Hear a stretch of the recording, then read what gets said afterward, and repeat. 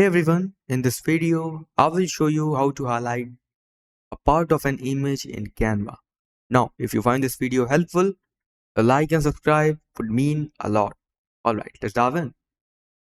Now, in this video, I'm going to show you an easy way by which you can do it. There's not any direct option in Canva. So, just go over here on the left side, click on Elements, and type here Circle.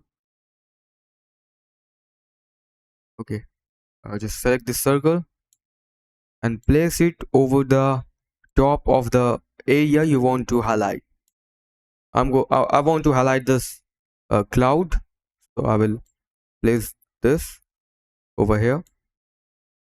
Now just click on the color and select it to red or yellow. I'm going with red. Now go over here on transparency, just click on it and decrease its transparency like this, as you can see. This is not that good, but yeah, that's it. So that's how you can highlight a part of an image in Canva. Thanks for watching.